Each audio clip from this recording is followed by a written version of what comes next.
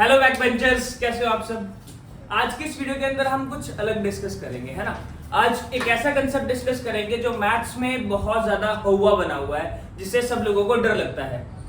और बहुत सारे बच्चों का क्वेश्चन ये होता है कि ट्रिग्नोमेट्री हम पढ़ क्यों रहे हैं, साइन थीटा कॉस थीटा क्यों पढ़ रहे हैं। साइन थीटा कॉस थीटा हमारी लाइफ में तो यूज होगा नहीं, है ना।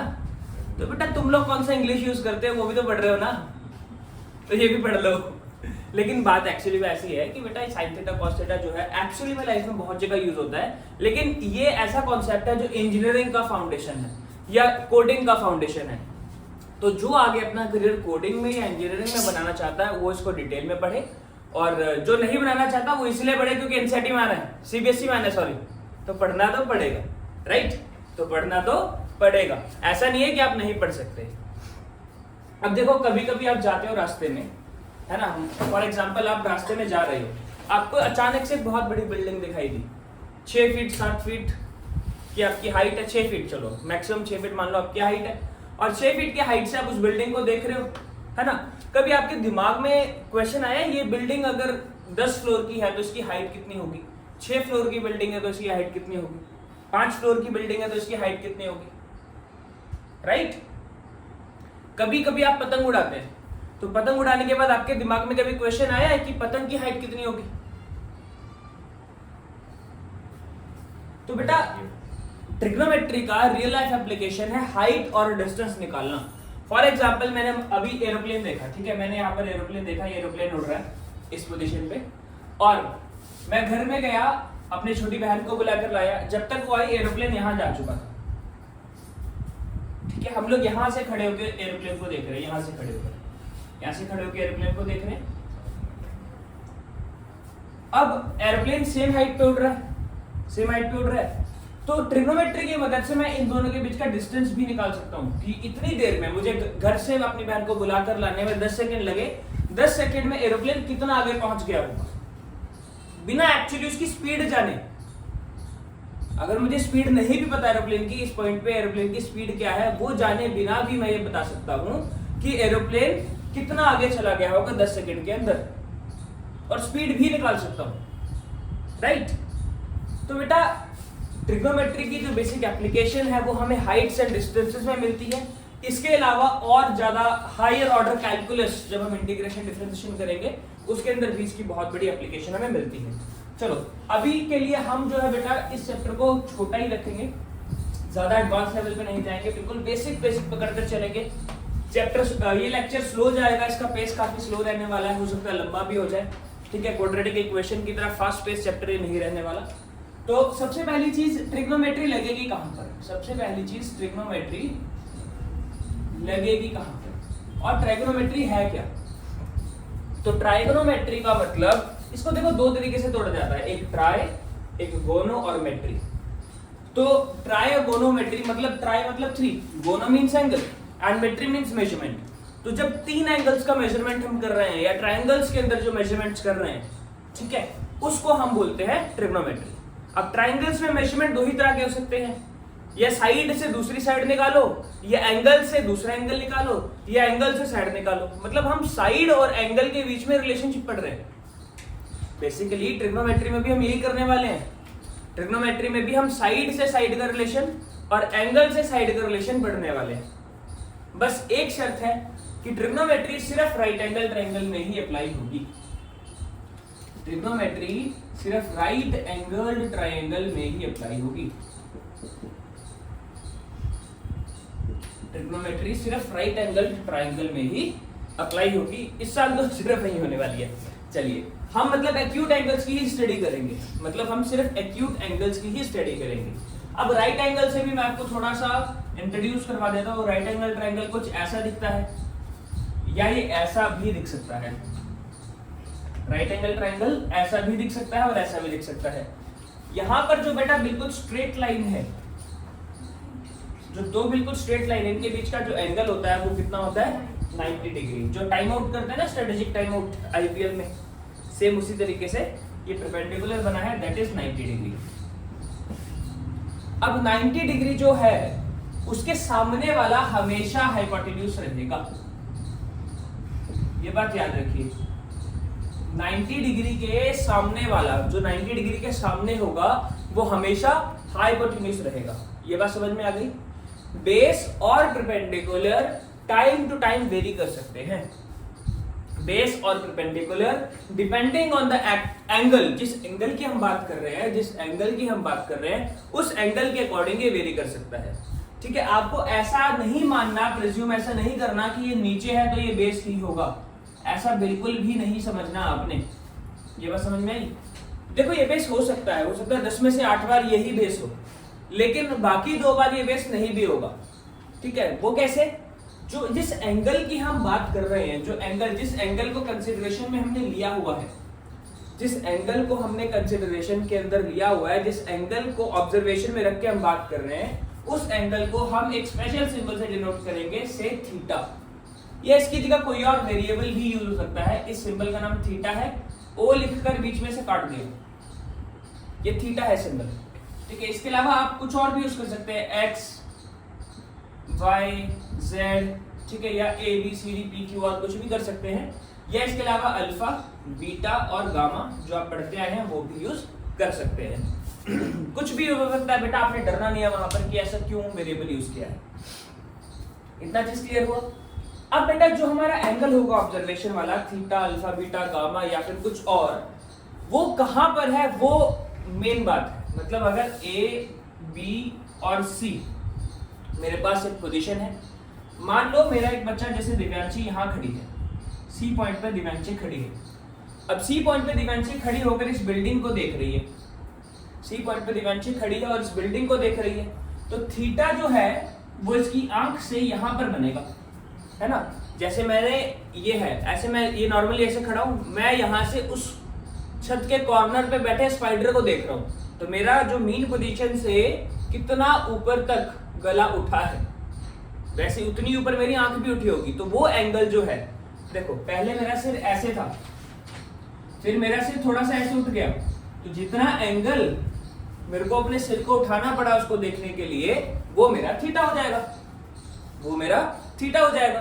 तो थीटा जो है, थीटा एक बार हमें मिल गया, तो थीटा के सामने वाला, थीटा के सामने वाला हमेशा परपेंडिकुलर होगा और थीटा के साथ एडजेसेंट वाला हमेशा बेस होगा।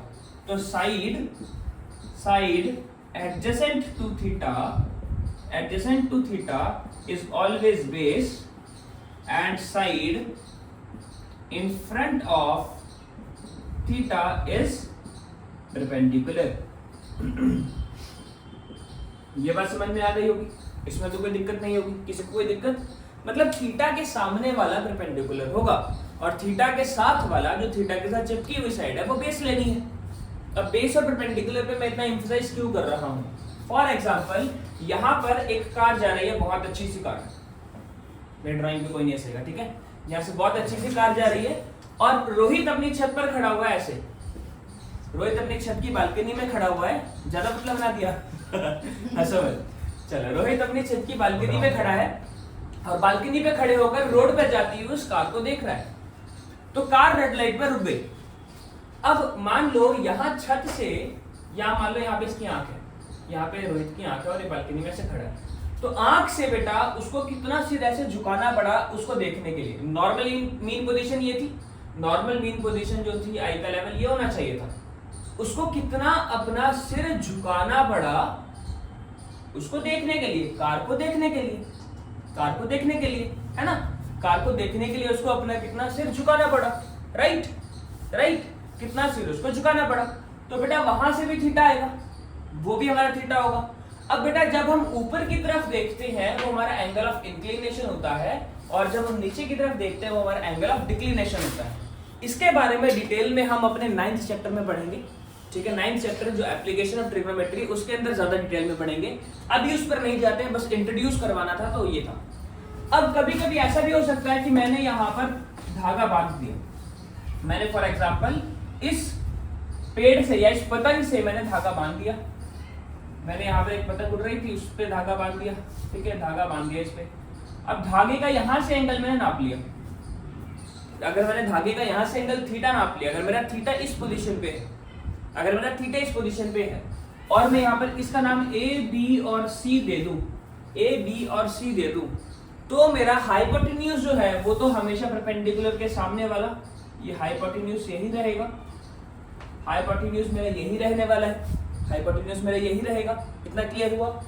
जो मेरा बेस है बेटा, बेस वो थीटा के साथ वाला एडजेसेंट साइड, यानी कि ये वाली साइड मेरी बेस की तरह एक्ट करेगी और थीटा के सामने वाला हमारा परपेंडिकुलर की तरह एक्ट करेगा, हमारा परपेंडिकुलर की तरह एक्ट करेगा। तो ये बात अभी आपको समझ में आ गई होगी कि थीटा के सामने वाला परपेंडिकुलर लेना है। हर बार जो खड़ा है, जो वर्टिकल है, उस साइड को परपेंडिकुलर नहीं लेना, आपके क्वेश्चंस गलत हो जाएंगे। ये चीज क्लियर हो गई। परपेंडिकुलर लेते टाइम हमेशा थीटा के सामने वाली साइड को परपेंडिकुलर लेंगे, जिस एंगल की वो बात कर रहा है उस एंगल के सामने वाली साइड को हम परपेंडिकुलर लेंगे। फॉर एग्जांपल, अगर उसने एक ट्रायंगल बोला है PQR और उसने बोला है साइन P निकालो, तो इस केस में हमारा जो परपेंडिकुलर होगा वो क्या होगा, QR होगा। ये हमारा परपेंडिकुलर होगा, ये हमारा हाइपोटेन्यूज होगा और ये हमारा बेस होगा। एंगल P की कंसिडरेशन में, P एंगल जो P पे वर्टेक्स एंगल बन रहा है उस एंगल की कंसिडरेशन में इसके सामने वाला परपेंडिकुलर होगा। आई होप आपको अब ये कंसेप्ट जो है वो अच्छे से क्लियर हो गया होगा। हम थोड़ा सा आगे चलते हैं, है ना। Let's move on further ahead. तो बेटा ट्रिग्नोमेट्री में जो नेक्स्ट चीज हमने स्टडी करनी है दैट इज रेशियोज। चैप्टर का नाम क्या है, रेशियोज, ट्रिग्नोमेट्रिक रेशियोज। सबसे पहले हमने स्टडी करनी है रेशियोज की और फिर एंगल्स की, है ना। अलग अलग एंगल्स में क्या वैल्यू होती है, ठीक है।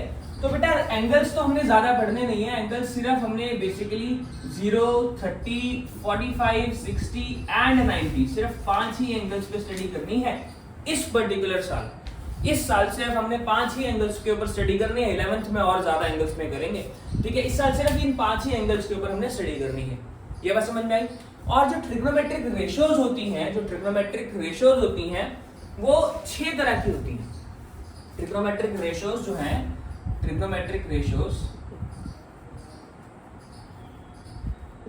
या फंक्शंस कह लो, वो 6 तरह के होते हैं। ट्रिग्नोमेट्रिक फंक्शंस जो हैं वो 6 तरह के हैं बेटा, 6 डिफरेंट टाइप ऑफ फंक्शंस हैं। पहला फंक्शन है साइन, SINE, साइन।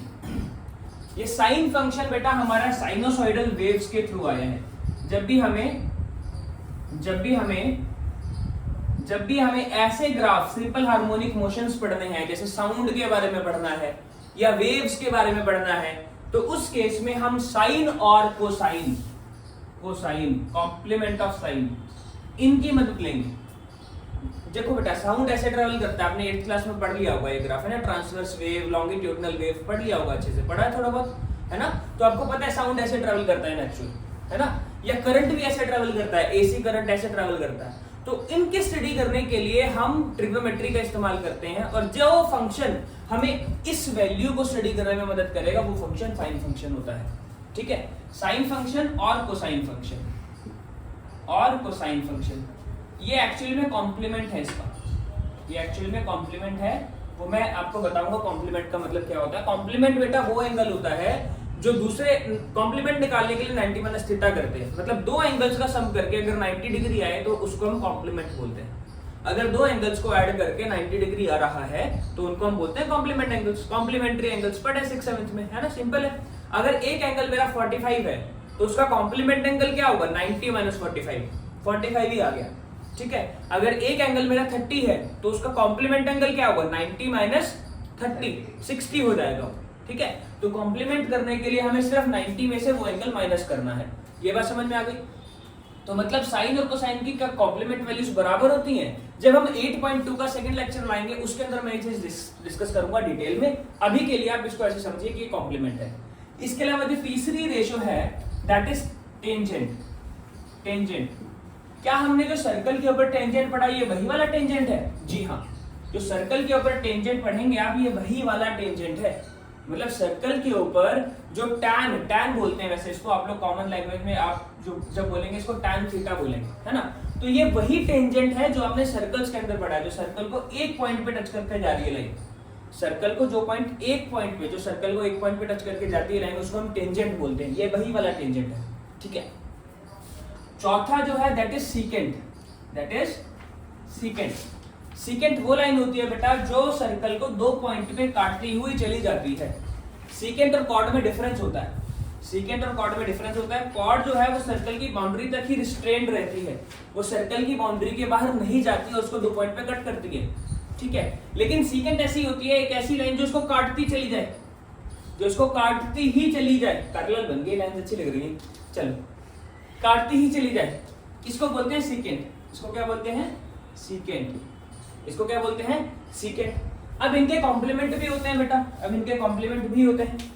ये हमारा सेकंड फंक्शन था, ये हमारा सेकंड फंक्शन था, और इनके जो कॉम्प्लीमेंट है, इनके जो कॉम्प्लीमेंट है, इसका जो कॉम्प्लीमेंट है होगा वो को, कॉम्प्लीमेंट के लिए हम को वर्ड यूज करते हैं बेटा, कॉम्प्लीमेंट के लिए CO वर्ड यूज करते हैं, तो उसको बोलते हैं कोटेंजेंट, कोटेंजेंट। या आप कॉमन भाषा में इसको कॉट के नाम से जानेंगे, आप नॉर्मल भाषा में इसको कॉट के नाम से जानेंगे। सबको हम फर्स्ट 3 लेटर्स तक स्टडी करते हैं, ठीक है। सीकेंट के लिए हम कॉसिकेंट लेंगे, ठीक है, ये हो जाएगा कॉम्प्लीमेंट ऑफ सीकेंट, और इसके लिए हम कॉसेक वर्ड यूज करेंगे, ठीक है। सभी के आगे मैं एंगल लगा रहा हूं, इसको सीकेंट थीटा, टैन थीटा, इसको कॉस थीटा और इसको साइन थीटा। हम बेसिकली सिर्फ कॉम्प्लेक्सिटी को कम करने के लिए स्टार्टिंग के 3 इनिशियल ले रहे हैं। अब यहाँ पर कॉसिकेंट के केस में 5 क्यों लिए? तो सर अगर मैं बच्चों अगर कोसिकेंट के केस में 3 ले लेता तो ये कॉस हो जाता, कॉस तो हमारे पास ऑलरेडी था। तो एम्बिग्विटी हटाने के लिए, जो वेग हो जाता, थोड़ा कंफ्यूजन हो जाती है ना, उस एम्बिग्विटी को हटाने के लिए हमने कोसिकेंट ले लिया, उस कंफ्यूजन को दूर करने के लिए, किसी तरह का कोई दुविधा ना आए, है ना, हम किसी डिलेमा में ना फंस जाएं, तो इसलिए हमने ये क्या लिया, कोसिकेंट ले लिया, इसको 5 वर्ड्स तक कर लिया। तो ये हमारे पास ट्रिग्नोमेट्रिक फंक्शंस हैं जो हमने स्टडी करने हैं, और ये हमें हायर लेवल ऑफ फिजिक्स पढ़ने में बहुत मदद करेंगे, ठीक है। ये हमें हायर लेवल ऑफ फिजिक्स पढ़ने में बहुत मदद करेंगे। अब इन फंक्शंस का सिग्निफिकेंस क्या है, हम ये फंक्शंस एक्चुअली में पढ़ ही क्यों रहे हैं, ये फंक्शंस हम एक्चुअली में पढ़ ही क्यों रहे हैं? ये फंक्शंस पढ़ने के लिए हमने, देखो बेटा, फंक्शंस पढ़ना सिर्फ इंपॉर्टेंट नहीं है। देखो फंक्शंस की पहले एप्लीकेशन थोड़ी सीख लेते हैं, है ना, और फिर उसके बाद हम देख लेते हैं हम पढ़ ही क्यों रहे। देखो मैंने आपको एक रीजन तो दे दिया कि हायर ऑर्डर फिजिक्स के लिए जरूरी है, ठीक है, हायर ऑर्डर फिजिक्स के लिए जरूरी है। लेकिन जिन बच्चों ने करना ही नहीं है, कोई बात नहीं, कर लो। देखो एक्चुअली में क्या होता है कि अगर आप लोगों को अभी ये पढ़ने का मौका नहीं दिया जाएगा तो आप में से ही बहुत सारे लोग ये बोलेंगे कि हमें तो पढ़ने का मौका ही नहीं मिला, इंजीनियरिंग की पढ़ाई नहीं कराई गई, हम इंजीनियर कैसे बने।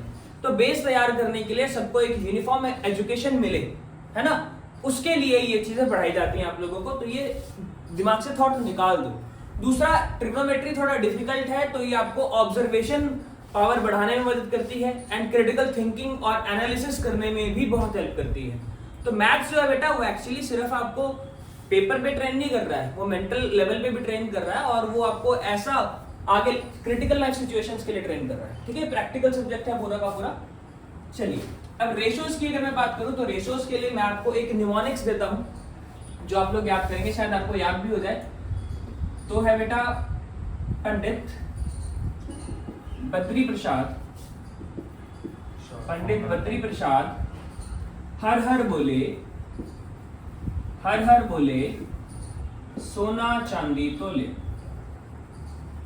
सोना चांदी तोले।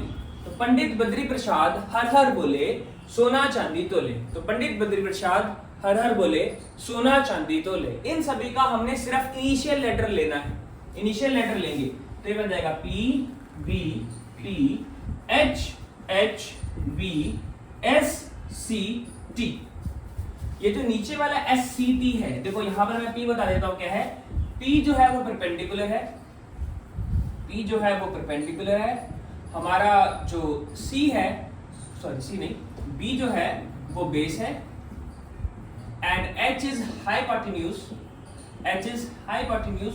अच्छा बहुत सारे बच्चे, बेटा मैं एक्सपीरियंस से बता रहा हूँ, बहुत सारे बच्चे H को हाइट समझ लेते हैं। हाइट परपेंडिकुलर होती है, और परपेंडिकुलर जो है वो हाइपोटेन्यूज नहीं हो सकता, क्योंकि हाइपोटेन्यूज तो स्लांट है, हाइपोटेन्यूज तो स्लांट होता है बेटा।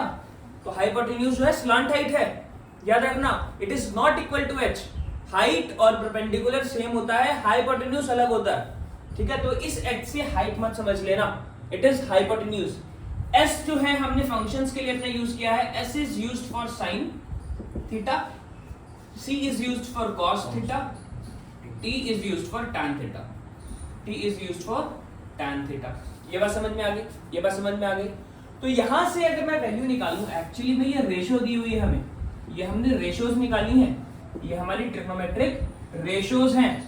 मतलब हमारा जो साइन थीटा है वो p बाय h के बराबर है, परपेंडिकुलर बाय हाइपोटेन्यूज का रेशियो। cos थीटा जो है वो बेस बाय हाइपोटेन्यूज का रेशियो है, और tan थीटा जो है वो परपेंडिकुलर बाय बेस का रेशियो है, वो परपेंडिकुलर बाय बेस का रेशियो है। लेकिन भैया सर आपने तो 3 ही बताए, 6 थे टोटल। सरस्वती के दिमाग में ये सवाल आ रहा है ना, 6 थे क्वेश्चन टोटल, लेकिन आपने तो 3 ही बताए।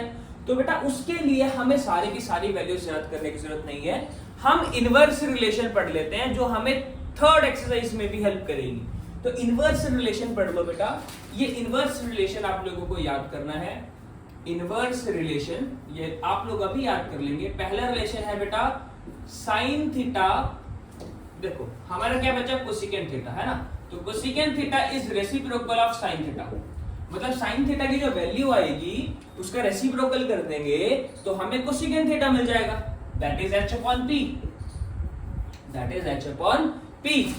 ठीक है, अगर हमें सेकेंट थीटा निकालना है, सेकेंड थीटा निकालना है तो हम cos थीटा का रेसिप्रोकल कर देंगे, that is h upon b। Very good. और अगर हमें cot थीटा निकालना है तो हम tan थीटा का रेसिप्रोकल कर देंगे।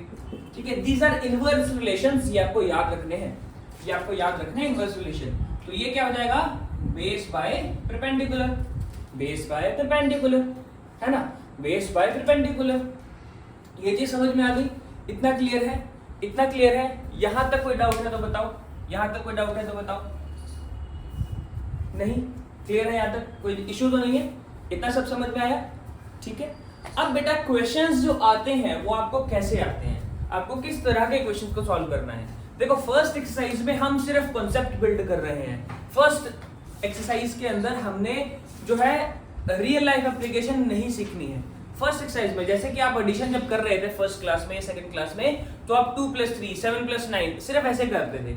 और जब आप थोड़े बड़े हो गए, जब आप थर्ड क्लास में चले गए तो स्टेटमेंट क्वेश्चन आने लग गए, है ना, जिसमें स्टेटमेंट में आप पढ़कर कर रहे हैं कि फर्स्ट डे मैंने इतनी टिकट बेची, दूसरे दिन इतनी बेची, दोनों दिन मिलाकर कितनी बेची, राइट, है ना। तो वो एडवांस लेवल के क्वेश्चंस अभी अगली एक्सरसाइज के अंदर आएंगे। First is very basic exercise जिसमें कुछ भी डिफिकल्टी आपको फेस नहीं करने को मिलेगी। तो बेटा अगर इतना समझ में आ गया है तो pause the video to note it down and चलो लेट्स स्टार्ट, है ना। तो देखो बेटा मैं कुछ क्वेश्चंस लाया हूं जो आपका बेसिक बिल्ड करेगा और फिर आप एनसीईआरटी करेंगे। देखो एनसीईआरटी करने से पहले ये क्वेश्चंस करने बहुत जरूरी है, ये आप कंसेप्ट खोल देंगे, ठीक है, फिर उसके बाद एनसीईआरटी करना स्टार्ट करेंगे। हालांकि एक क्वेश्चन मैं एनसीईआरटी का भी लाया हूं, है ना, 2 क्वेश्चन इनफैक्ट। तो इसको करते हैं जरा, पहला ही क्वेश्चन करते हैं, गिवन tan a is 4/3। तो सबसे पहले हम ट्राइंगल बनाएंगे बेटा, सबसे पहले हम ट्राइंगल बनाएंगे। ट्राइंगल का नाम हम रख देते हैं ए बी और सी, ए बी और सी। अच्छा, बहुत सारे बच्चों के दिमाग में आ रहा होगा कि मैंने ए बेस पर क्यों लिया, ए यहाँ क्यों ली, ये यहाँ क्यों नहीं लिया। आप चाहो तो यहाँ पर भी ए ले सकते हो, लेकिन उसके अकॉर्डिंग आपको परपेंडिकुलर हाइपोटेन्यूज सोचना पड़ेगा। चलो ए और बी और सी यहाँ ही ले लेते हैं, ए बी और सी हम यहीं देख लेते हैं, ठीक है, हम ए यहीं ले लेते हैं, बी और सी नीचे ले लेते हैं। तो इसमें बोला given triangle, given tan a is 4/3, हमें दिया है tan a कितना दिया है, 4/3 दिया हुआ है। अब tan a का रेशियो हमें पता है, tan a का जो रेशियो होता है वो होता है perpendicular by base. tan a का जो रेशियो होता है that is perpendicular by base. tan a का रेशियो क्या होता है, परपेंडिकुलर बाय बेस। तो हमारी परपेंडिकुलर की वैल्यू आ गई है 4 और बेस की वैल्यू कितनी आ गई है, 3। ठीक, लेकिन हम इस एंगल की बात कर रहे हैं, हमारा जो ए एंगल है वो यहाँ पर है। क्योंकि हमारा ए एंगल यहाँ पर है, ए एंगल यहाँ पर है, तो हमारा परपेंडिकुलर क्या होगा, ये हिस्सा, और बेस क्या होगा, ये हिस्सा, है ना। तो this will B base and this will B perpendicular. तो परपेंडिकुलर हमारा कितना आया है, 4 और बेस कितना आया है, 3। बाय पाइथागोरस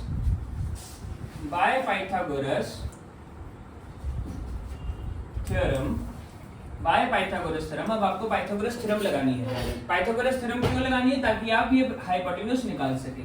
तो क्या होगा, बेस का स्क्वायर प्लस परपेंडिकुलर का square is equal to hypotenuse का स्क्वायर। ये फॉर्मूला आप सभी ने पढ़ा है 6 7 8 में। तो बेस का स्क्वायर इज 3 का स्क्वायर प्लस परपेंडिकुलर का स्क्वायर इज 4 का स्क्वायर एंड हाइपोटेन्यूज का square we do not know. So h square is equal to 9 प्लस 25।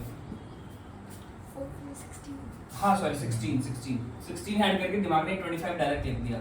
h square is equal to 25। So h का वैल्यू क्या हो जाएगा, रूट ऑफ 25, यानी कि h का वैल्यू कितना आ गया, 5। h का वैल्यू 5 आ गया। h का वैल्यू हमारा कितना आ गया, 5 यूनिट्स। ठीक है। अब इसके बाद इसने बोला है हमें ट्रिग्नोमेट्रिक रेशियोज निकालनी है, बाकी की 5। Find other trigonometric ratios of angle A. तो हमारे पास साइन आ गया है, सॉरी tan आ गया है, साइन रह गया, cos रह गया, tan तो आ ही गया है, लिख लो फिर भी। कोसेकेंट आ गया है, कोसेकेंट निकल जाएगा, सेकेंट और cot। हमें ये निकालनी है, जो दी है वो लिख लेते हैं। हमें 4/5 कितना है, 4/3 दिया, 4/3 लिख लिया।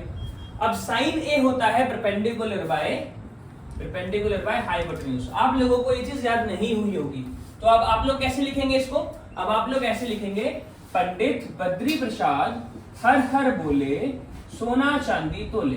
हर बार पेपर में साइड में, रफ साइड पे आप लिख सकते हैं। ये लिखने के बाद आपको पता चल जाएगा कि perpendicular by hypotenuse is actually sine. तो परपेंडिकुलर को हाइपोटेन्यूज से डिवाइड करें। परपेंडिकुलर हमारा 4 आया है और हाइपोटेन्यूज हमारा 5 आया, तो 4/5 हमारा आंसर आ गया। दैट इज इट, बस इतना ही करना है। cos A का निकालेंगे। cos A क्या है, बेस बाय हाइपोटेन्यूज। तो बेस हमारा कितना आया है, 3 आया है, 3/5। ठीक है, यहाँ फॉर्मूला लिखना, फॉर्मूला लिख दो, that is B/H is equal to 3/5। नहीं भी लिखोगे तो भी एक्सेप्टेबल है, क्योंकि आप थोड़ा सा ट्रेंड हो जाओगे थोड़े टाइम तक। कोसेकेंट क्या होता है, साइन का इनवर्स होता है। कोसेकेंट किसका इनवर्स होता है, साइन का इनवर्स होता है। तो ये हो जाएगा 5/4। सेकेंट जो है हमारा वो cos का इनवर्स होता है, दैट इज 5/3। एंड cot जो है हमारा वो tan का इनवर्स होता है, तो डायरेक्टली वो कितना आ जाएगा, 3/4। बस आपको यही रेशियोज तो निकालनी थी, सिर्फ यही रेशियोज तो निकालनी थी। ठीक है, इतना ये पार्ट हो गया। ठीक है, ये पार्ट हो गया। आप लोग इसको वीडियो को पॉज करके नोट कर सकते हैं। हम आगे नेक्स्ट क्वेश्चन पे चल रहे हैं। ठीक है, हम चल रहे हैं नेक्स्ट क्वेश्चन के ऊपर। चलो second question.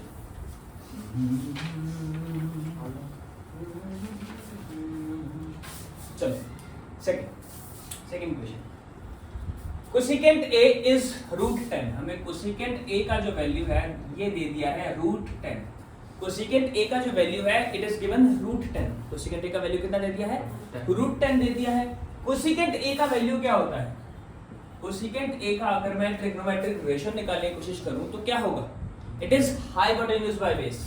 It is hypotenuse by perpendicular. कैसे, यहाँ पे दोबारा देख लो, पंडित बद्री प्रसाद हर हर बोले सोना चांदी तोले।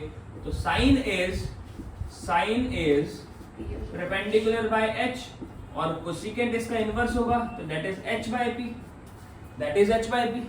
अब जब 10 12 15 16 क्वेश्चन करेंगे तो आपको अपने आप ही चीजें याद हो जाएंगी। ठीक है, इतने कोई दिक्कत वाली बात नहीं है, ज्यादा लोड नहीं लेना है आप लोगों ने। ठीक है, रटना जरूरी नहीं है, अपने आप प्रैक्टिस में लाओगे तो याद हो जाएगा। ठीक है, तो cosecant A is equal to 10/1 आ गया। कोसेकेंट A कितना आ गया हमारा, 10/1 आ गया।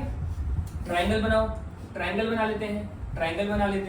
ट्राइंगल जब हम बनाएंगे तो हमारा हाइपोटेन्यूज 10 दे दिया, हमें √10 दे दिया हाइपोटेन्यूज।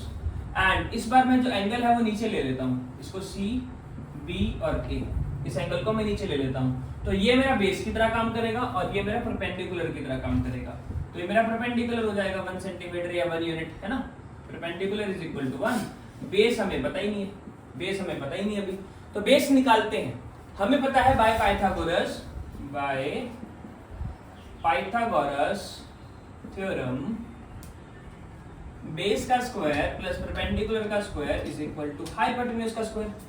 बेस का स्क्वायर प्लस परपेंडिकुलर का square is equal to hypotenuse का स्क्वायर। तो बेस का स्क्वायर कितना है, बेस का स्क्वायर कितना है हमारा, बेस का स्क्वायर हमें पता ही नहीं है, तो उसको b स्क्वायर ही रहने देते हैं। हाइपोटेन्यूज का स्क्वायर हमारा √10 का स्क्वायर है और परपेंडिकुलर का स्क्वायर हमारा 1 का स्क्वायर है। तो ये बनेगा b² is equal to 10 minus 1, so B square हमारे किसके बराबर आ गया 9 के, तो बी का वैल्यू किसके बराबर आ गया 9 के, सॉरी 3 के, बी हमारा 3 के बराबर आ गया स्क्वायर रूट लेने के बाद। तो बेस हमारा जो है वो 3 आ गया है, बेस हमारा क्या आ गया है 3। अब हमारे पास तीनों वैल्यूज परपेंडिकुलर, बेस और हाइपोटेन्यूज तीनों पड़ा है और इसकी सारी की सारी ट्रिग्नोमेट्रिक रेशियोज निकालनी है। तो साइन ए से स्टार्ट करते हैं, sine A, cos A, tan A, cosecant A, secant A और कॉट ए, राइट। आप चाहें तो यहाँ पे बिना फॉर्मूला दिए भी कर सकते हैं, आपको साइन ए बार बार लिखने की जरूरत नहीं है कि पी बाय एच होता है, आपको ये चीज बार बार मेंशन करने की जरूरत नहीं है, इट इज क्वाइट अंडरस्टैंडेबल। तो पी बाय एच जो है वो क्या हो जाएगा हमारा, परपेंडिकुलर कितना है 1 बाय रूट 10, कॉस ए की वैल्यू हो जाएगी 3 बाय रूट 10, टैन ए का जो वैल्यू है that will be, tan A का जो वैल्यू है वो क्या हो जाएगा perpendicular by base that is 1 by 3, cot A इसका रेसिप्रोकल यानी कि 3 बाय 1, सेकेंड है इसका रेसिप्रोकल यानी कि रूट 10 बाय 3 और this will be root 10 by 1, as simple as that, ठीक है। तो ये पांचों की पांचों ट्रिग्नोमेट्रिक रेशियोज निकल गई, है ना। अब थर्ड क्वेश्चन की तरफ चलेंगे बेटा फटाफट से, थर्ड क्वेश्चन की तरफ चलेंगे। आप लोगों को अगर ये नोट करना है तो आप लोग वीडियो पॉज करो और नोट कर सकते हो, मैं इसको इरेज कर रहा हूँ क्योंकि बेटा थोड़ा वीडियो का लेंथ भी देखना है ना, ज्यादा लंबी वीडियो हो जाएगी तो आप लोग देखेंगे ही नहीं, है ना। और वीडियो को मैं रॉ रखना चाहता हूँ, जितने कम कट्स लगे उतना कम कट मैं इसमें लगाना चाहता हूँ, राइट। तो जितना रॉ हो सके उतना ज्यादा अच्छा है क्योंकि डिस्कशन क्लास वाला क्लास की तरह ही रखेंगे, राइट। तो थर्ड क्वेश्चन क्या कह रहा है, in a triangle A B C right angle at A, तो ट्रायंगल हमें दे दिया है ए बी सी, अच्छा बी पे राइट एंगल है, ए बी सी ट्रायंगल है जो बी पे राइट एंगल है, किस पे राइट एंगल है बी पे राइट एंगल है, और इसमें ए बी जो है हमें 24 सेंटीमीटर दे दिया और BC जो है वो हमें 7 सेंटीमीटर दे दिया, BC हमें कितना दे दिया 7 सेंटीमीटर दे दिया, BC हमें कितना दे दिया 7 सेंटीमीटर दे दिया। कह रहा है डिटरमाइन, क्या निकालना है, सबसे पहले तो बेटा आप कुछ बोले ना बोले आपको हाइपोटेन्यूज निकालनी है। आपको ट्राइंगल की तीनों जो भुजाएं हैं, जो बाजुएं हैं, जो आर्म्स हैं, जो लेंथ है, जो साइड्स हैं, वो निकालनी ही निकालनी है, ठीक है। तो आपको क्या निकालना है, x square plus B square is equal to P square, यहाँ पे लिख देंगे by Pythagoras theorem, by Pythagoras theorem. देखो ट्रिग्नोमेट्री आसान लग रही होगी बेटा अभी तक, है ना, तो आसान की है। अगर स्टेप बाय स्टेप चलेंगे ना, मैंने गलत लिख दिया, देखो आसान आसान बोलते बोलते फॉर्मूला ही गलत लिख दिया, परपेंडिकुलर का स्क्वायर प्लस बेस का square is equal to hypotenuse का स्क्वायर, ठीक है। परपेंडिकुलर का स्क्वायर कितना है 24 का स्क्वायर, बेस का स्क्वायर कितना है 7 का स्क्वायर और हाइपोटेन्यूज का स्क्वायर हमें पता ही नहीं, तो ये हो जाएगा 576 plus 49 is equal to h square, h square is equal to 625, h is equal to 25। अच्छा एक चीज और बेटा, जिस बच्चे को अभी तक 30 तक स्क्वायर्स याद नहीं है वो 30 तक स्क्वायर्स और 10 तक क्यूब याद कर ले, क्योंकि बेटा अगर आपको 10 तक क्यूब्स और 30 तक स्क्वायर्स नहीं आते तो 10th क्लास में कैलकुलेशन बहुत मुश्किल होने वाली है। तो याद कर लो बेटा, ऐसा नहीं याद करना है कि एक ही दिन में 30 तक स्क्वायर याद करो, 10 तक तो सभी को आते होंगे, आप 11 से लेकर 15 तक स्क्वायर आज याद कीजिए, ठीक है। फिर कल याद करें 15 से 20 तक, फिर 20 से लेकर 25 तक और 25 से लेकर 30 तक, फिर इसको रिपीट करते रहेंगे साइकिल को बार बार, ठीक है। चलिए h इज इक्वल टू 25 आ गया हमारा। अब हमें क्या निकालने को बोला है, फर्स्ट पार्ट में इसने निकाला है, बोला है determine sign A comma cos A, sign A comma cos A, कह रहे हैं साइन ए और कॉस ए निकाल दो, ठीक है। तो साइन ए का फॉर्मूला क्या होगा, साइन ए का फॉर्मूला क्या होगा, परपेंडिकुलर बाय हाइपोटेन्यूज। अब यहां पर जो परपेंडिकुलर है, यहां पर जो परपेंडिकुलर है, ये परपेंडिकुलर एक्चुअली में क्या है, ए एंगल के लिए परपेंडिकुलर क्या होगा BC, ए एंगल के लिए परपेंडिकुलर उसके सामने वाला होगा, तो साइड कौन सी होगी BC, और हाइट सॉरी हाइपोटेन्यूज कौन सा होगा, वो तो AC ही रहने वाला है, तो ये हमारा 25 आया था, मैं इसको 25 लिख देता हूं, तो this will B 7/25।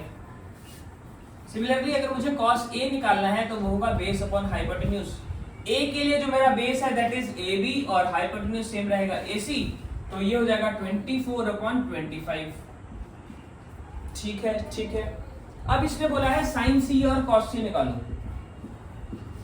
Sign C comma cos C निकालो। तो साइन C अगर मुझे निकालना है तो C के लिए जो मेरा परपेंडिकुलर है, देखो फॉर्मूला सेम रहेगा, साइन C निकालना है चाहे जो मर्जी निकालना है, फॉर्मूला सेम रहेगा, परपेंडिकुलर बाय हाइपोटेन्यूज। फॉर्मूला जो है वो परपेंडिकुलर बाय हाइपोटेन्यूज रहेगा, बस फॉर्मूला जो हमारा परपेंडिकुलर है वो एंगल के ऊपर बेस पे चेंज होता रहेगा।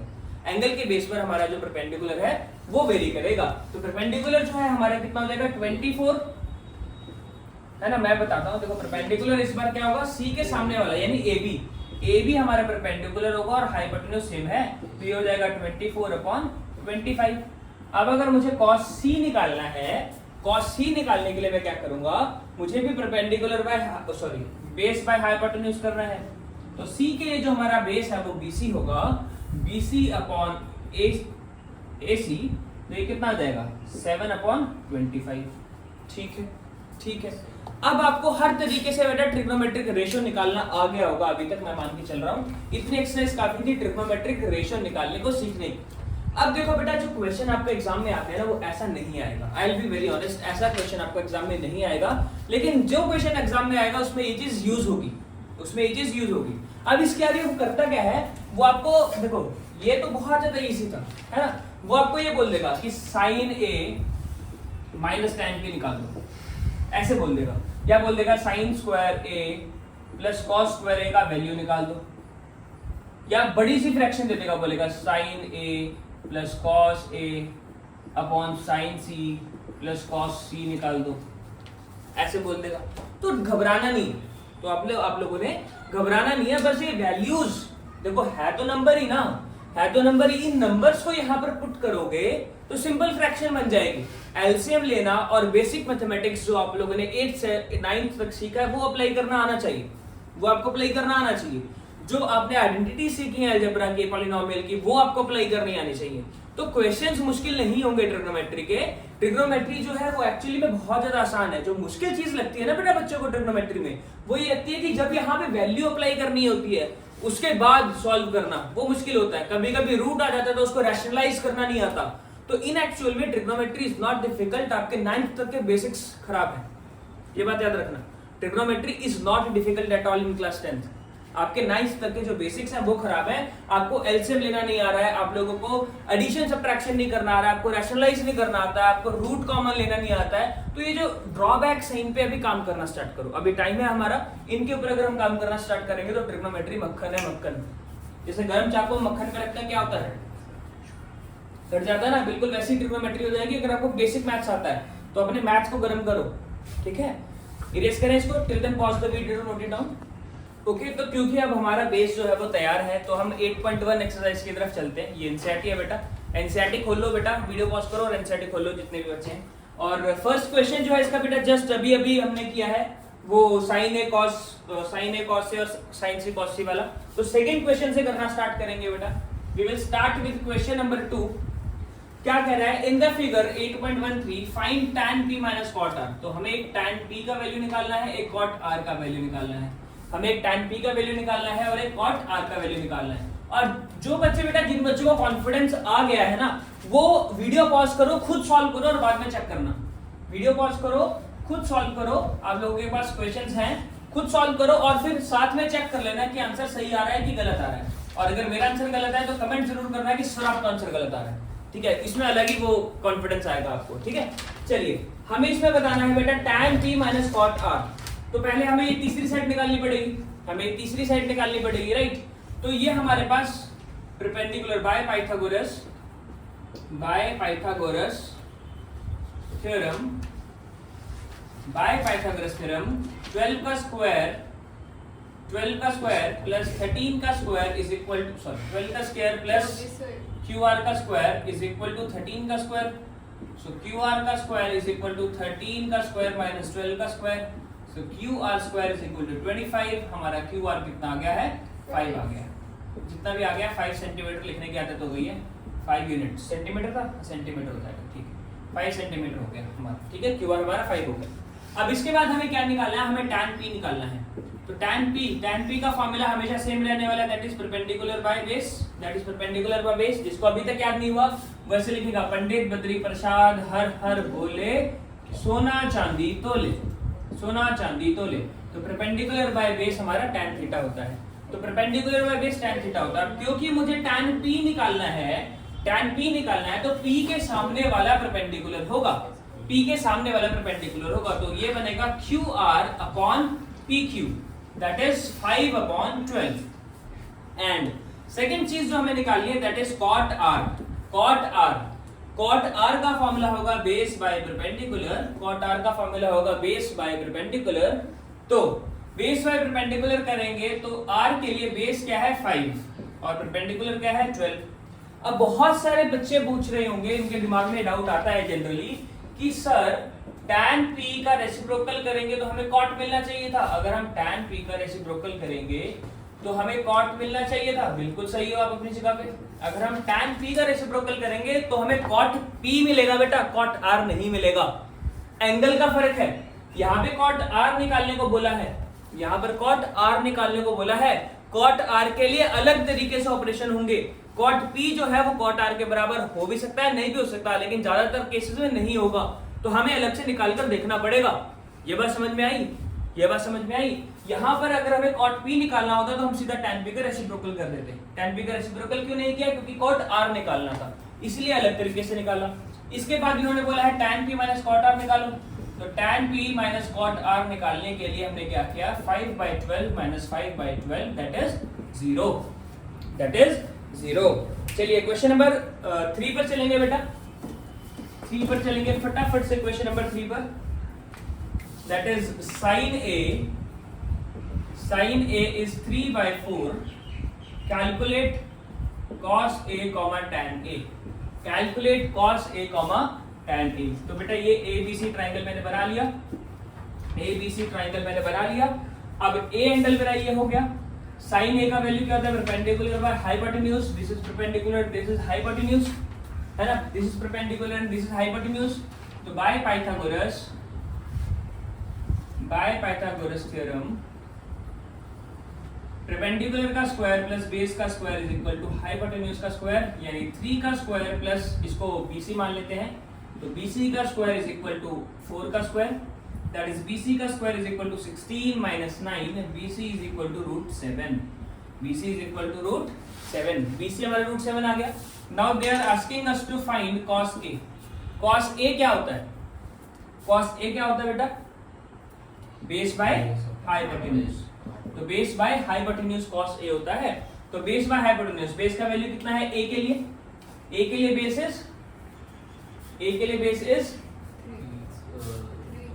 सॉरी, A के लिए बेस इज नॉट BC बेटा। A के लिए जो बेस है वो हमारा क्या हो जाएगा? हाइपोटेन्यूज हो जाएगा, सॉरी AB हो जाएगा। A के लिए जो बेस है हमारा AB हो जाएगा, है ना? AB upon AC। सो AB का वैल्यू कितना है हमारा? देखो हमने यहाँ पे स्टार्टिंग में ही मिस्टेक कर दिया, 3/4 लेना था। हमने A के केस में जो परपेंडिकुलर था वो ये लेना है, BC will be our perpendicular. यहाँ पर ही AB हो जाएगा, ये भी AB हो जाएगा और ये AB का वैल्यू निकला है, ठीक है? So it will be √7 upon AC। AC कितना था? 4 था, ये √7 था, तो ये हो गया √7/4। अब हमें tan A निकालना है। tan A क्या होगा? Perpendicular by base. परपेंडिकुलर क्या है? 3 है। परपेंडिकुलर A के लिए क्या है? 3, तो that is BC upon AC। तो ये कितना हो जाएगा? 3 अपॉन √7। तो देखो मैं बार बार इसलिए बोल रहा हूँ बेटा, एंगल की बहुत बड़ी इंपॉर्टेंस है। जहां एंगल है उसके अकॉर्डिंग सॉल्व होगा, राइट? एंगल देखना बहुत ज्यादा जरूरी है। एंगल आपने कहाँ लिया है, तो जनरली इस चीज को अवॉइड करने के लिए आप एंगल को बेस पे ले लिया करो इफ पॉसिबल। अगर नहीं पॉसिबल है तब तो उसके अकॉर्डिंग ही करना पड़ेगा, ठीक है? चलिए अब मैं इसको इरेज कर रहा हूं फटाफट से। क्वेश्चन नंबर 4 पर चलेंगे। क्वेश्चन नंबर 4 में सिर्फ स्टार्ट करवाऊंगा। It is easy, it is not difficult. 3 पूरा सॉल्व करवाने का कारण था कि उसमें रूट आ गई थी, ठीक है? बहुत सारे बच्चों के मन में सेल्फ डाउट आ जाता है कि रूट के अंदर कैसे आ रहा है, ये वैल्यू खराब तो नहीं आ रही, गलत तो नहीं आ रही। तो बेटा वही चीज अवॉइड करने के लिए किया था। क्वेश्चन नंबर 4 सिर्फ स्टार्ट करेंगे। 15 cot theta is equal to 8। हमें क्या निकालना है बाद में? sin A सेकंड है वो आप खुद निकाल लेंगे।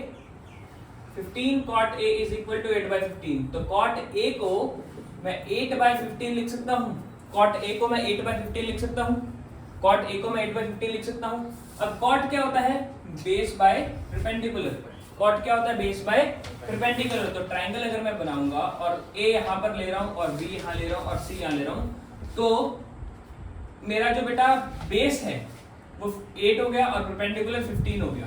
ठीक है, यहां से पाइथागोरस लगाकर आप तीसरी वैल्यू निकाल लेंगे और उसके बाद आगे का क्वेश्चन सॉल्व करेंगे। चलते हैं क्वेश्चन नंबर 5 के ऊपर। Question number 5 is saying secant theta is equal to 13/12। तो इसका भी ट्रायंगल बना लो। secant क्या होता है? Hypotenuse over base. secant होता है hypotenuse over base. So hypotenuse is given 13 और बेस कितना दिया है 12। इसको थीटा मान लो तो, और ये हमारा 5 आ जाएगा पाइथागोरस से। पाइथागोरस से 5 हो जाएगा और उसकी बाकी पांचों ट्रिग्नोमेट्रिक रेशियोज आपको निकालनी है। ठीक है, तो चलिए क्वेश्चन नंबर 6 जिसका वेट कर रहे थे हम, जो करवाना है, जो एक्चुअली में इंपॉर्टेंट क्वेश्चन है और एग्जाम में बहुत बार आ जाता है, वो अभी हम करने वाले हैं। वो अभी हम करने वाले हैं इस वीडियो के अंदर। क्वेश्चन नंबर 6 इसने बोला क्वेश्चन नंबर 6 में angle B and angle A are acute angles such that cos A is equal to cos B। इसने हमें बोल दिया कि cos A जो है वो cos B के बराबर है। Then show that angle A is equal to angle B। देखिए बेटा, ये A B और C हमने एक ट्राइंगल ले लिया। सॉरी, C को राइट एंगल बनाना पड़ेगा। A और B इसने बोला एक्यूट एंगल है। A और B इसने बोला है कि एक्यूट एंगल्स हैं। A और B इसने बोला है कि एक्यूट एंगल्स हैं। हमें ये प्रूव करना है कि एंगल A एंगल B के बराबर है। This is given and we have to prove that angle A is equal to angle B। अब मुझे ये बताओ बेटा, प्रूफ के अंदर अगर मैं cos A की वैल्यू निकालना चाहूंगा तो रेशियो के अकॉर्डिंग इसकी वैल्यू क्या होती है? Base upon hypotenuse. अरे बोल क्यों नहीं रहे हो? Base upon hypotenuse. तो cos A के लिए बेस क्या होगा? cos A के लिए बेस क्या होगा? आप बताओ सही। cos A के लिए बेस क्या होगा? A एंगल का बेस क्या होगा बेटा? A और B AC होगा। AC बेस होगा बेटा।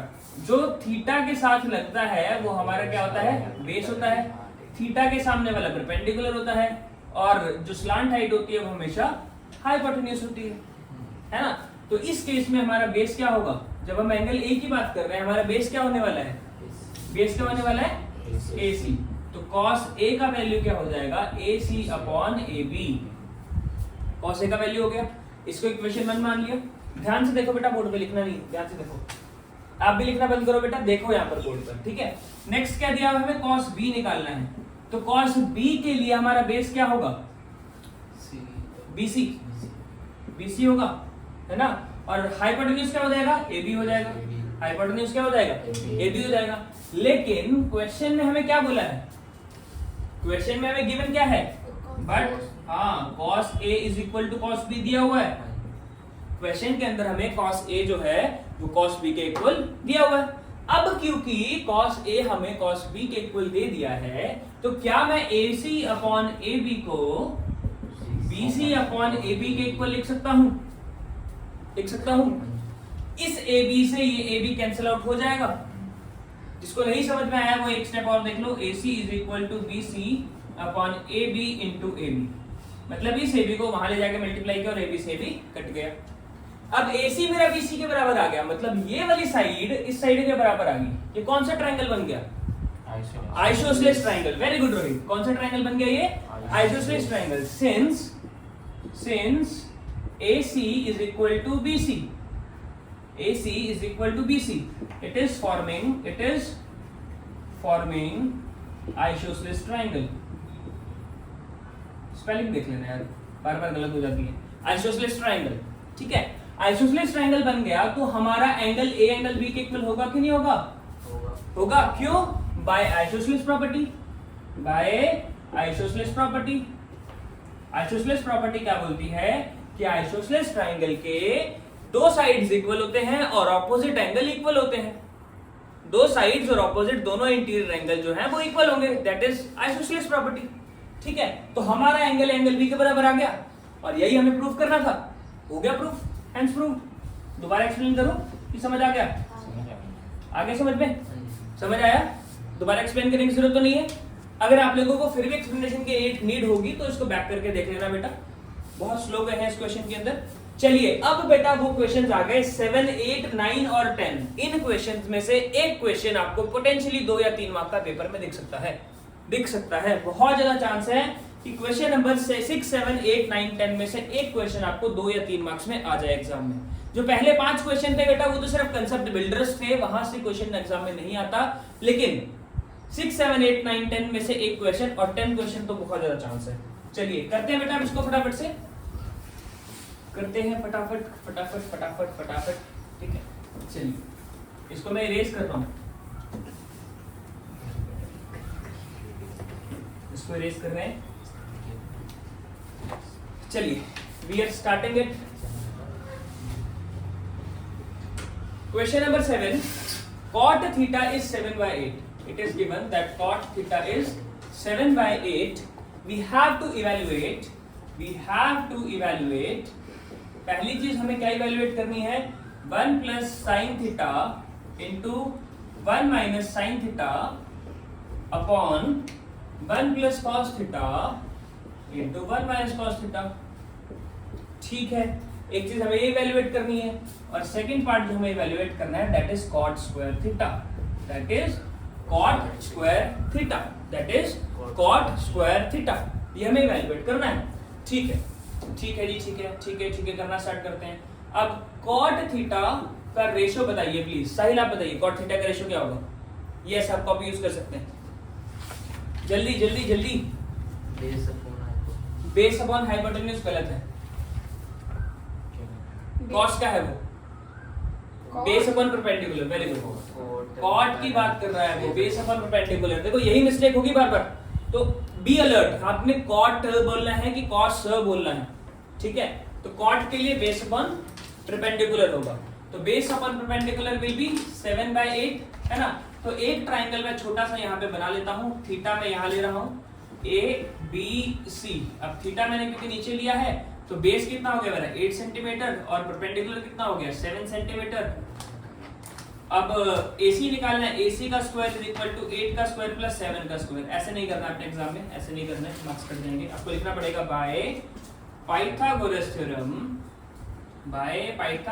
थ्योरम हमारा AC का square is equal to AB का स्क्वायर प्लस BC का स्क्वायर। तो AC का स्क्वायर इज इक्वल टू 7 का स्क्वायर प्लस 8 का square, right right. So AC is equal to 49 plus 64, that is 113। So AC की value क्या आ गई, √113। तो बेटा आपका जो हाइपोटेन्यूज है या कोई और साइड भी रूट के अंदर आ सकती है, आपको घबराना नहीं है कि हर बार परफेक्ट स्क्वायर क्यों नहीं आ रहा। हर बार परफेक्ट स्क्वायर आए ऐसी कोई गारंटी नहीं है, हर बार परफेक्ट स्क्वायर आए ऐसी कोई गारंटी नहीं है। अब देखिए बेटा हम इस इवैल्यूएशन पॉइंट पे चलते हैं। अब इस इवैल्यूएशन पॉइंट पे जाने से पहले मैं साइन थीटा, देखो यहाँ पहुंचने के बाद मुझे पता चला मुझे साइन थीटा और कॉस थीटा की वैल्यू निकालनी है। तो sine theta will be perpendicular by hypotenuse, तो वैल्यू क्या हो जाएगी, परपेंडिकुलर इज 7 अपॉन √113 और cos थीटा की वैल्यू क्या हो जाएगी, base by hypotenuse, that is 8 upon √113, है ना। अब इस चीज को ध्यान से देखो बेटा, इस चीज को ध्यान से देखो, ये जो चीज हमें दी हुई है ये क्या दिया हुआ है, 1 plus sine theta 1 minus sine theta, यानी a plus B a minus B बन रहा है कि नहीं बन रहा है, a plus B a minus B बन रहा है कि नहीं बन रहा है। यहाँ पर आपकी आइडेंटिटी सामने आएगी जो आपने 9th क्लास तक बेसिक मैथमेटिक्स किया है। a plus B a minus B बन रहा है, इसको मैं a square minus b square लिख सकता हूँ, है ना। तो इसको मैं लिख देता हूँ 1 square minus sine square theta, लिख दिया। नीचे क्या बन रहा है, 1 plus cos theta 1 minus cos theta, इसको लिख देता हूँ 1 माइनस कॉस स्क्वायर थीटा, लिख सकता हूँ 1 माइनस कॉस स्क्वायर थीटा। अब बेटा ये बात याद रखना कि कॉस स्क्वायर थीटा का मतलब है कॉस थीटा का whole square. Cos square theta का मतलब क्या है कि कॉस थीटा का होल स्क्वायर, ये बात समझ लेना ध्यान से। और एक चीज और होती है कि कॉस थीटा का स्क्वायर ये इसके बराबर नहीं है, ना ही ये इसके बराबर है, ये दोनों बराबर है, लेकिन कॉस थीटा का जो स्क्वायर है वो कॉस स्क्वायर थीटा और कॉस थीटा के होल स्क्वायर के बराबर नहीं है। इसमें एंगल का स्क्वायर हो रहा है, समझे इस बात को, समझे। सेम विद sin, sin में भी उसका साइन, इट इज साइन, हाँ साइन उसका भी स्क्वायर होल स्क्वायर होगा। हाँ हाँ, हर ट्रिग्नोमेट्रिक रेशियो में tan square theta is equal to tan theta का whole square, sin theta is equal to sin theta का whole square, cosecant theta is equal to cosecant square theta is equal to cosecant theta का whole square. ऐसे value जो square theta होगा वो whole square के बराबर होगा, लेकिन थीटा स्क्वायर होल स्क्वायर के बराबर नहीं होगा। Is it clear? अब यहाँ पर मुझे 1 की वैल्यू एज इट इज डालनी है। साइन थीटा की वैल्यू क्या थी? साइन थीटा की वैल्यू थी 7/113 का रूट, 7/113 का रूट, और इसका हमने स्क्वायर कर दिया। कॉस की वैल्यू क्या थी? 8/√113, इसका हमने स्क्वायर कर दिया, इसका हमने स्क्वायर कर दिया।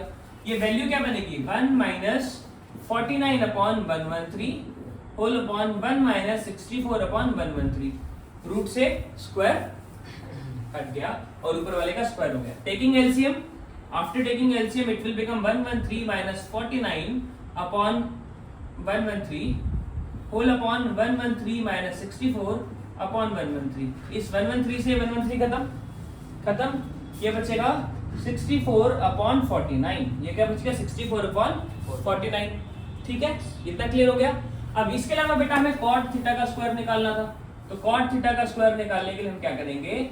cot थीटा का होल स्क्वायर। cot थीटा की वैल्यू क्या थी? 7/8 है ना, तो इसका मतलब क्या होगा? 7/8 का होल स्क्वायर, दैट इज 49/64। 49/64। अरे कुछ गड़बड़ हुई है क्या? एक सेकेंड, कुछ गड़बड़ हुई है क्या? देख लीजिए। Sine theta perpendicular by hypotenuse 8/113 64 49 64। ये वाला 113 काम गया। वो 113 से माइनस हुआ बेटा, ये ठीक है। ये 64/49 आ रहा है। cot स्क्वायर थीटा 7/8 दिया हुआ था, cot स्क्वायर थीटा हमारा 7/8 दिया था, तो 49 और 64 आ गए। दोनों बराबर आने चाहिए, ये बराबर आने चाहिए। देखो बेटा अभी आप थर्ड एक्सरसाइज में आइडेंटिटी पढ़ेंगे। 1 - sin स्क्वायर थीटा होता है cos स्क्वायर थीटा, और 1 - cos स्क्वायर थीटा होता है sin स्क्वायर थीटा। ये भी आप आगे पढ़ने वाले हैं, ठीक है। cos स्क्वायर थीटा में sin स्क्वायर थीटा होता है cot स्क्वायर थीटा। ये दोनों बराबर आने चाहिए। हमारा कुछ मिस्टेक हुआ है, let us see. 113 - 64 sin theta perpendicular by hypotenuse. देखिए cot थीटा इज 7/8 है ना। अच्छा ये गलती हुई है बेटा, यहाँ पर स्टार्टिंग में गलती होगी। दिस इज बेस 7 बेस था हमारा, 7 बेस था हमारा, और 8 हमारा परपेंडिकुलर था। 7 बेस था और 8 परपेंडिकुलर था, ये गलती हुई है। तो इसकी वजह से बेटा ये तो ठीक आएगा, इसमें कुछ गड़बड़ नहीं होगी, यहाँ गड़बड़ हो जाएगी, दैट इज 8/7। और यहाँ पर भी थोड़ी सी गड़बड़ हो जाएगी, दैट इज 8/7। यहाँ पर क्या गड़बड़ हो जाएगी? 64/49। और यहाँ पर क्या गड़बड़ हो जाएगी? 64/49। और यहाँ पर 49/64। ठीक है, तो देखो बेटा कितना इजी क्वेश्चन था, सिर्फ कैलकुलेशन लेने में गड़बड़ हुई है हमसे, है ना। हमने साइड को उल्टा सीधा ले लिया, बस उसी चीज में गड़बड़ होगी, उसके अलावा बेटा सिंपल मैथमेटिक्स है, राइट। चले अगले क्वेश्चन पे, चले 8th क्वेश्चन के ऊपर। 8th क्वेश्चन के ऊपर चलते हैं बेटा। 8th क्वेश्चन पढ़ो बेटा। It is given 3 cot 4a 3 cot a is equal to 4। बस 2 क्वेश्चन और रह गए बेटा, उसके बाद बस शांति से बैठ के पढ़ लो, शांति से बैठ कर पढ़ लो आराम से, ठीक है। 2 क्वेश्चन और। 8th क्वेश्चन क्या कह रहा है कि 3 cot a is equal to 4। 3 cot a is equal to 4। Check whether, तो पहले cot a का वैल्यू निकालते हैं। cot a का वैल्यू निकालेंगे, दैट इज 4/3। cot a का वैल्यू क्या हो जाएगा? 4/3। You have to check whether 1 minus tan square a upon 1 plus tan square a are equal or not, is equal to cos square a minus sin square a or not। ठीक है, हमें देखना है कि ये इसके बराबर आ रहा है कि नहीं आ रहा, है ना। cot a का वैल्यू 4/3 है, हमने ट्रायंगल बना लिया। cot a क्या होता है? Base upon perpendicular. तो इस बार गलती नहीं करेंगे, base is 4 and perpendicular is 3, right. By Pythagoras theorem this will come out to be 5। ये आपने खुद निकाल के दिखाना है, तो यहाँ लिख दोगे बाय पाइथागोरस हमारा AB का स्क्वायर प्लस BC का square is equal to AC का स्क्वायर। तो AC का स्क्वायर इज इक्वल टू 4 का स्क्वायर प्लस 3 का स्क्वायर, AC का square is equal to 16 plus 9, AC is equal to root of 25, AC is equal to 5। AC की value क्या आ गई? 5 आ गई। क्या हुआ? 1 घंटे की। कोई बात नहीं, घंटा बन जाए कोई बात नहीं, कोई इशू नहीं। ट्रिग्नोमेट्री है बेटा, जिसको देखना होगा वो देखेगा, है ना, कोई इशू नहीं। चलिए ये समझ में आ गया। AC is equal to 5, AC is equal to 5। बस आप लोग 2 क्वेश्चन और रखो, फिर उसके बाद आपकी छुट्टी। चलिए sin A cos A plus cos A sin A है ना। अच्छा ऊपर रह गया ना। हमें क्या वैल्यू निकालना है? हमें tan A का वैल्यू निकालना है। सबसे पहले tan A का वैल्यू निकालते हैं। tan A का वैल्यू क्या है बताइए? Perpendicular by base. तो tan A का वैल्यू क्या हो जाएगा? Perpendicular by base means 3/4। Yes 3/4। फिर हमें cos A और sin A का वैल्यू भी निकालना है। तो cos A का वैल्यू क्या हो जाएगा? Base upon height. Base upon hypotenuse. Height नहीं है, साहिल। हाँ बेस कितना है? बेस कितना है? 4। हाइपोटेन्यूज कितना है? 5। और sin A का वैल्यू क्या हो जाएगा? 3/5। तो हमें क्या प्रूव करना है? 1 minus tan square A upon 1 plus tan square A is equal to cos square A minus sin square A। पहले LHS सॉल्व कर लें। तो 1 minus tan square A upon 1 plus tan square A, यानी कि 1 minus tan A का value कितना था? 3/4। 1 minus 3/4 का होल स्क्वायर अपॉन 1 प्लस 3/4 का होल स्क्वायर। एलसीएम ले लो बेटा। 1 माइनस 9/16 अपॉन 1 प्लस 9/16। तो ये हो जाएगा 16 माइनस 9/16 होल अपॉन 16 प्लस 9/16। इस 16 से 16 cancel, this will come out to be 7/25। ये कितना आ गया? 7/25 आ गया। नाउ RHS चेक करते हैं। हमारा cos square A minus sin square दिया हुआ है, sin स्क्वायर A। तो cos A का वैल्यू क्या था हमारा? 4/5 है ना। तो इट विल बी 4/5 का होल स्क्वायर माइनस 3/5 का होल स्क्वायर। तो it will come out to be 16/25 minus 9/25, that is 7/25। Hence proved. LHS is equal to RHS। ठीक है बेटा। बस बेटा लास्ट क्वेश्चन मुझे करवाना है, उसी के लिए बस मुझे लालच है थोड़ा सा, क्योंकि वो बहुत ज्यादा डिफिकल्ट और मुश्किल क्वेश्चन है। ठीक है, डिफिकल्ट और मुश्किल हालांकि एक ही चीज होती है। चलिए 9th क्वेश्चन बेटा। 9th क्वेश्चन आप लोग खुद कर लेंगे, ऐसा जो इसमें कुछ मुश्किल है नहीं। 10th क्वेश्चन पे चलते हैं बेटा। 10th क्वेश्चन पे चलते हैं। नेक्स्ट वीडियो में कोशिश करेंगे प्रीवियस ईयर क्वेश्चंस ले आए आप लोगों के लिए, right.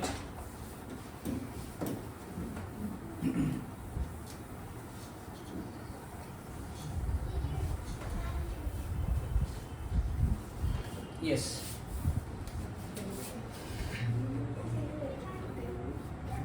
Ninth question in triangle ABC. Oh 10th हो गया, 10th कर लेते हैं ना, सीधे 10th करते हैं। देखो बेटा इन ट्राइंगल PQR, एक ट्राइंगल PQR बनाया। फोकस कर लो बेटा, बस ये लास्ट क्वेश्चन है, इसके बाद वीडियो खत्म। ठीक है, एक ट्राइंगल PQR है, right angle at Q, right angle at Q। It is given that PR plus QR, it is given that PR plus QR is equal to 25। ये दिया हुआ है कि PR प्लस QR जो है वो 25 के बराबर है। मैं PR को x मान लेता हूँ। अगर मैं PR को x मानता हूँ तो QR का वैल्यू मेरा क्या आ जाएगा? 25 माइनस x आ जाएगा। PR को अगर मैं x मानता हूँ तो QR का वैल्यू मेरा 25 माइनस x हो जाएगा। Is it clear? Is it clear? 25 minus x हो जाएगा। ये चीज समझ में आ गई है ना। अब बेटा हमें PQ का वैल्यू कितना दे दिया है? 5 centimetre. PQ is given 5 centimetre. PQ कितना दे दिया? 5 सेंटीमीटर दे दिया है ना। अब यहाँ पे मैं पाइथागोरस लगाता हूँ। ठीक है, in triangle PQR bye Pythagoras theorem क्या होगा? पाइथागोरस अगर मैं यहाँ पर लगाता हूँ तो क्या होगा? क्या निकालना है क्या नहीं निकालना वो बात की बात है, पहले इस x को खत्म करना है ना। बाय पाइथागोरस थ्योरम 5 का स्क्वायर प्लस 25 माइनस x का square is equal to x का होल स्क्वायर। इसको खोलते हैं बेटा। 5 का स्क्वायर 25 25 का square 625 a square plus b square minus 2ab यानी कि 50x है ना। x स्क्वायर से x स्क्वायर कैंसिल, 50x को वहां ट्रांसफर कर दे, है ना। तो ये क्या बन जाएगा 25 plus 625 that is 650। 650 is equal to 50x। x की वैल्यू कितनी आ गई 13, x की वैल्यू कितनी आ गई 13, मतलब हमारा हाइपोटेन्यूज 13 हो गया और QR कितना हो गया 12 हो गया। QR कितना हो गया 12 हो गया। इतना समझ में आया, इतना समझ में आया। जिसको ये समझ में नहीं आया बेटा x स्क्वायर से x स्क्वायर कैसे करना है यहाँ देख लो। 25 plus 625 plus x square minus 50x is equal to x square का, इस x स्क्वायर को और 50x को वहां शिफ्ट किया, ये हो गया 650। कांस्टेंट्स को एक तरफ कर दिया, बिना कांस्टेंट वालों को एक तरफ कर दिया। x square minus x square plus 50x, अब इस x स्क्वायर से x स्क्वायर माइनस हो गया, ठीक है।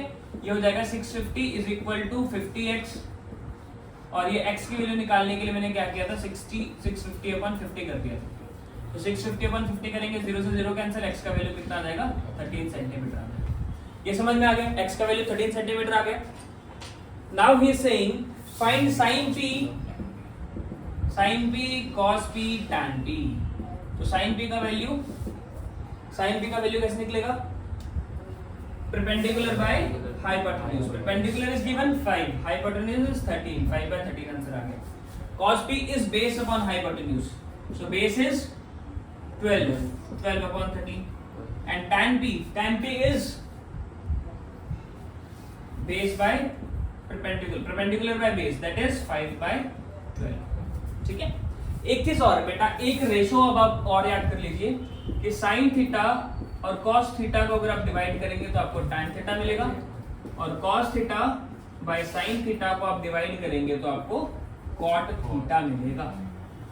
ये दो रेशोस भी आप याद कर लीजिए, इंपॉर्टेंट है ये, ठीक है। अच्छा लास्ट बेटा 11th क्वेश्चन का एमसीक्यू कर ही लेते हैं, देखते हैं। State whether following are true और फॉल्स। क्या स्कैम कैसे सरस्वती, कोई बात नहीं, क्वेश्चन करना बस। The value of tan a is always less than 1। क्या tan a का वैल्यू हमेशा 1 से छोटा होता है? नहीं बेटा, ये अगले टेबल में हम पढ़ेंगे अच्छे से। tan a का वैल्यू 1 से बड़ा हो सकता है, ठीक है। secant a is 12/5 for some value of angle a। क्या secant a 12/5 हो सकता है? नहीं हो सकता, हो सकता है, हो सकता है। हाइपोटेन्यूज बाय बेस होता है, बेस छोटा है, हाइपोटेन्यूज जब तक बड़ा तब तक हो सकता है, ठीक है। जब तक बेस छोटा और हाइपोटेन्यूज बड़ा तब तक हो सकता है। cos a is abbreviation of cosecant of angle a, गलत है। cos a तो नहीं है, वो तो cosine of a का है ना। cosecant a का होगा cosec a। cot a is the product of cot and a, it is wrong। cot a जो है cot और a का प्रोडक्ट नहीं है, क्यों? क्योंकि वो cot और cot का एंगल a है, it is not product। sin theta is equal to 4/3 for some angle। क्या sin theta 4/3 हो सकता है किसी एंगल के लिए? sin theta होता है perpendicular by hypotenuse। hypotenuse can never be smaller than the side, तो 4/3 कभी नहीं हो सकता sin theta, ठीक है। चलो इसी के साथ वीडियो को एंड करते हैं बेटा, और thank you so much video देखने के लिए अभी तक, और बाय बाय गाइस।